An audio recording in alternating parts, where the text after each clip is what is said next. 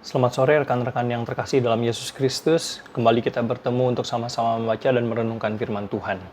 Dalam 2 bulan terakhir kita sudah membahas khotbah Tuhan Yesus di atas bukit, Matius pasal 5-7, dan kita mulai dengan ucapan bahagia Tuhan Yesus di Matius pasal 5 ayat 1-12. Minggu lalu kita sudah membahas ucapan bahagia yang keempat, yaitu berbahagialah mereka yang lapar dan haus akan kebenaran, karena mereka akan dipuaskan. Matius 5 ayat 6. Hari ini kita akan melanjutkan dengan ucapan bahagia yang kelima dari Matius 5 ayat 7, yaitu berbahagialah orang yang murah hatinya karena mereka akan beroleh kemurahan. Sekali lagi, berbahagialah orang yang murah hatinya karena mereka akan beroleh kemurahan. Mari kita sama-sama berdoa untuk mempersiapkan diri kita untuk menerima pemberitaan firman Tuhan. Mari kita berdoa. Bapa di surga, kami bersyukur sekali lagi untuk kesempatan ini kami bisa bersama-sama membaca dan merenungkan firman-Mu. Tolong kami sekali lagi supaya kami bukan hanya menjadi pendengar firman, tetapi juga menjadi pelaku firman yang dengar-dengaran dan juga taat akan kebenaran-Mu. Dan kami percaya ya Tuhan, hanya melalui ketaatan kami saja ya Tuhan, sungguh-sungguh Engkau boleh dimuliakan dalam hidup kami, dan terpujilah nama-Mu dalam nama Tuhan Yesus, Tuhan dan Juru Selamat kami yang hidup, kami berdoa. Amin. Rekan-rekan sekalian, kalau kita bicara soal murah hati, khususnya yang tertulis di dalam ucapan bahagia Tuhan Yesus ini, dalam bahasa aslinya, bahasa Yunani, itu menggunakan kata elemon, yang bukan hanya berarti murah hati yang suka memberi, suka menolong, atau generous bahasa Inggrisnya, tetapi lebih daripada itu. Murah hati di sini sebenarnya lebih bersifat berbelas kasihan, ya, atau merciful, compassionate dalam bahasa Inggrisnya. Nah, bicara soal sifat belas kasihan atau compassionate, merciful, ini merupakan suatu sifat atau karakter yang harusnya menjadi karakteristik umat Tuhan. Bahkan sejak di dalam perjanjian lama, Allah sudah menekankan sikap atau karakter ini. Misalnya di Amsal pasal 11 ayat 17 berbunyi, orang yang murah hati berbuat baik kepada diri sendiri, tetapi orang yang kejam menyiksa badannya sendiri.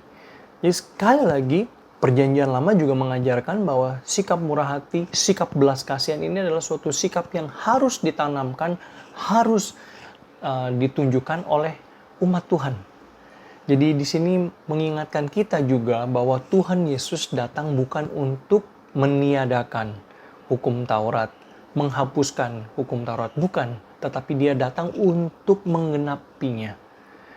Dan dalam hal ini Tuhan Yesus menunjukkan kepada kita melalui hidupnya, melalui pelayanannya, apa itu artinya berbelas kasihan atau bermurah hati.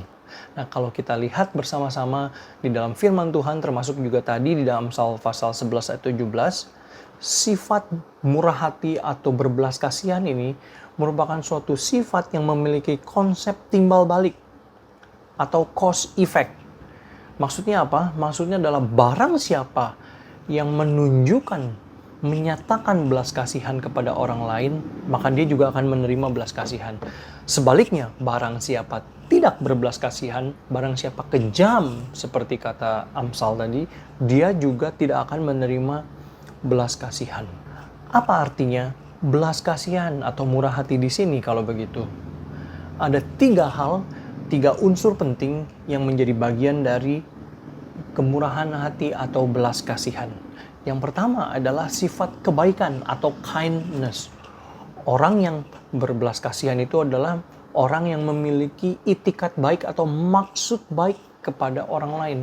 Bukan maksud untuk mengeksploitasi, bukan maksud untuk egois, kepentingan sendiri, tetapi untuk kebaikan orang lain yang mau dilayaninya.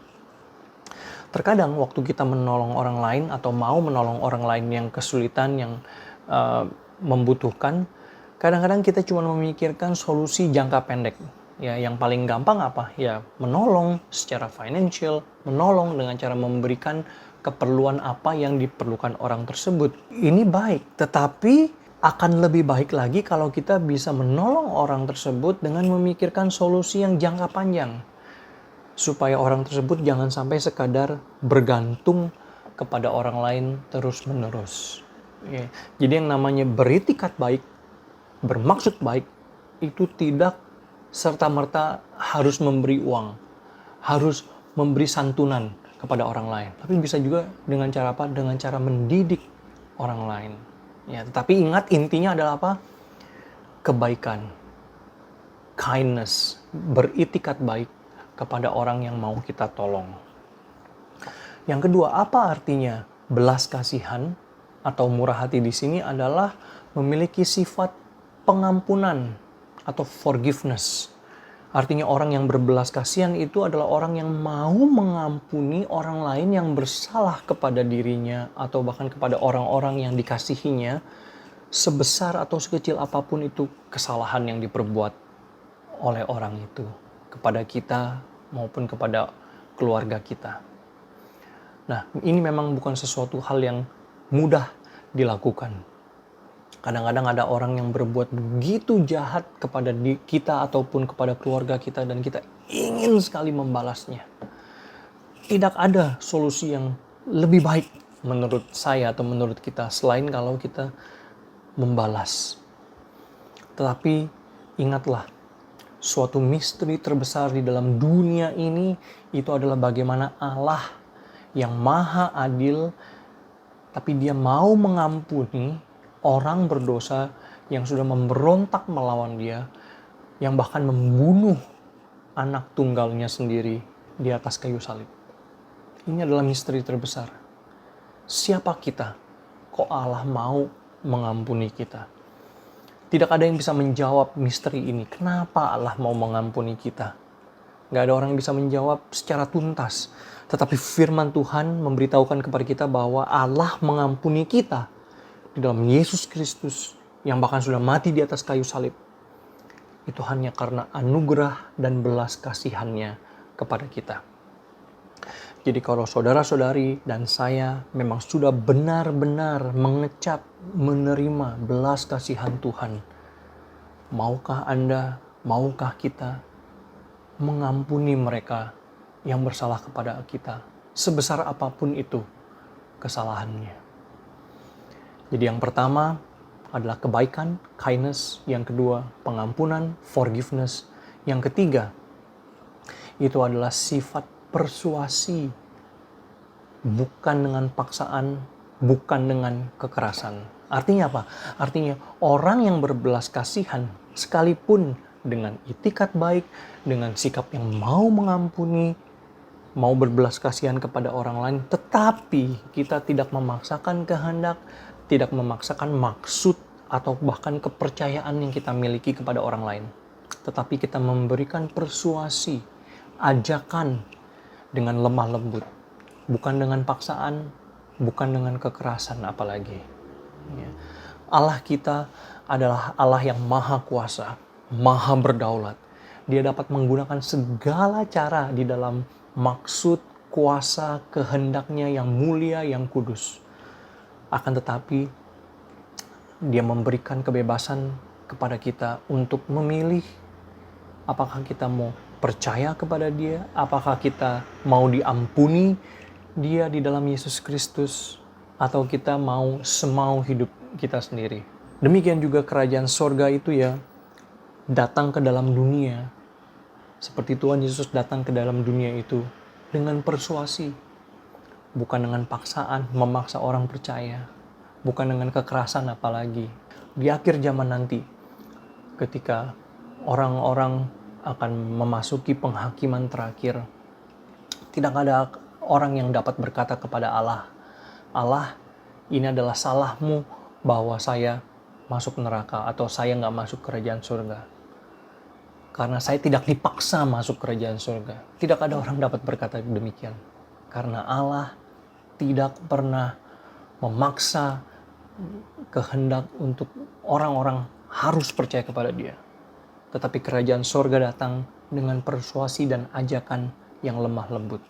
Dengan demikian gak ada alasan bagi orang yang beriman, orang Kristen yang sungguh-sungguh untuk gak berbelas kasihan kepada orang lain. Kenapa? Karena kita sudah terlebih dahulu menerima belas kasihan Allah. Karena Allah terlebih dahulu menunjukkan kemurahan-Nya kepada kita, mengampuni kita, menyelamatkan kita. Seperti Roma pasal 5 ayat 8 berkata, akan tetapi Allah menunjukkan kasih-Nya kepada kita oleh karena Kristus telah mati untuk kita ketika kita masih berdosa. Jadi Allah menyelamatkan kita bukan karena kebaikan kita. Kristus mati menebus kita bukan karena kita orang yang layak ditebus, orang yang baik. Tapi justru ketika kita berdosa, Allah menyelamatkan kita. Ketika kita berdosa, Tuhan Yesus mati untuk menebus kita. Dengan demikian tidak ada alasan bagi kita untuk nggak berbelas kasihan kepada orang lain, termasuk mereka yang membenci kita, termasuk mereka yang berbuat jahat kepada kita. Ya. Dan sekali lagi, konsep belas kasihan, konsep kemurahan hati, ini adalah konsep yang memiliki timbal balik, cause and effect. Kalau kita tidak bisa berbelas kasihan kepada orang lain, itu hanya menunjukkan bahwa kita memang nggak pernah menerima, mencicipi belas kasihan Allah terlebih dahulu. Sehingga orang-orang yang nggak berbelas kasihan itu, pada akhirnya tidak akan menerima belas kasihan dari Allah. Akan tetapi, barang siapa yang sudah benar-benar menerima belas kasihan dari Allah, dia pasti rela berbelas kasihan kepada orang lain yang bersalah kepada dia, kepada orang lain yang membenci atau yang berbuat jahat kepada kita. Dan pada akhirnya, orang-orang inilah orang-orang yang menerima belas kasihan Allah, orang-orang yang berbelas kasihan kepada orang lain. Mereka jugalah yang akan menerima belas kasihan pada akhirnya. Nah, saya mau menutup dengan suatu perumpamaan yang saya rasa banyak kita sudah kenal, yaitu perumpamaan hamba yang tidak berbelas kasihan atau perumpamaan hamba yang jahat dari Matius pasal 18 ayat 21 sampai 35. Kita udah tahu ceritanya ya. Ada seorang hamba yang berutang kepada raja 10.000 talenta. Bayangkan, 1 talenta itu adalah gaji pekerja selama 1 tahun. Jadi berhutang 10.000 talenta itu berhutang gaji 10.000 tahun. Siapa yang sanggup bayar? Nggak ada yang sanggup bayar. Tetapi raja tersebut dengan penuh belas kasihan mengampuni hamba tersebut. Baiklah, utangmu aku hapuskan.